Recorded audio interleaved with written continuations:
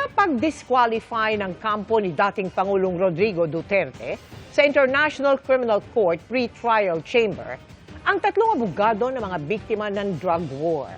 Kabilang sa kanilang ipinunto ang umano'y conflict of interest. Nakatutok si Salima Refran. Higit isang linggo bago ang confirmation of charges hearing ni dating Pangulong Rodrigo Duterte sa International Criminal Court, pinapadisqualify ng kampo ni Duterte ang tatlo sa mga abogado ng mga biktima ng Duterte drug war. Yan sina Attorney Joel Butuyan, Attorney Gilbert Andres at Attorney Nicolene Arcaina na pinatatanggal ng Duterte camp dahil sa umano'y impediment to representation at conflict of interest. Sa 11 pahinang dokumentong sinumite ng legal team ni Duterte, ipinunto nilang dating magkakatrabaho ang tatlo sa Center Law, isang NGO na nagsusulong ng human rights, freedom of expression at pagtalima sa international law. May pagtutol ang depensa sa ugnayan ng tatlo, partikular kay Arcaina na itinalagang case manager ng mga biktima na may conflict of interest daw sa isa pa niyang ginagampanang papel. Hindi malinaw kung ano ito dahil redacted o hindi ito isinama sa public version ng dokumento. Pero hindi raw ito magiging fair o patas dahil magkakaroon daw sila ng access sa ebidensya na para dapat sa paglinis ng pangalan ni Duterte.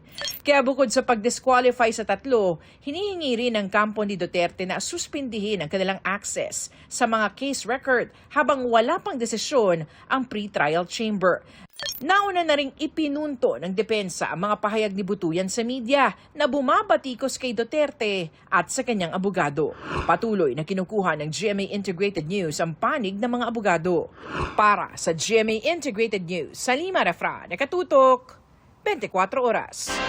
May karagdagang 500 biktima ng giyera kontra droga ni dating Pangulong Rodrigo Duterte ang pinayagan ng ICC Pre-Trial Chamber 1 na makilahok sa pagdinig.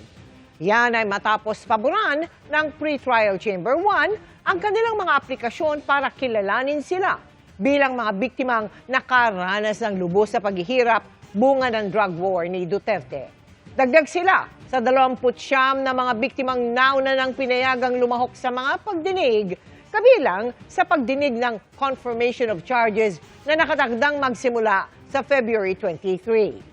Sa isa pang desisyon, pinagtibay ng Pre-Trial Chamber 1 ang nauna nilang pasya na fit to participate o maayos ang kalagayan ni Duterte na humarap sa korte. Pagtanggi nila ito sa apela ng kampo ni Duterte na indefinite adjournment o pagpapaliban ng pre-trial proceedings sa kanyang kaso.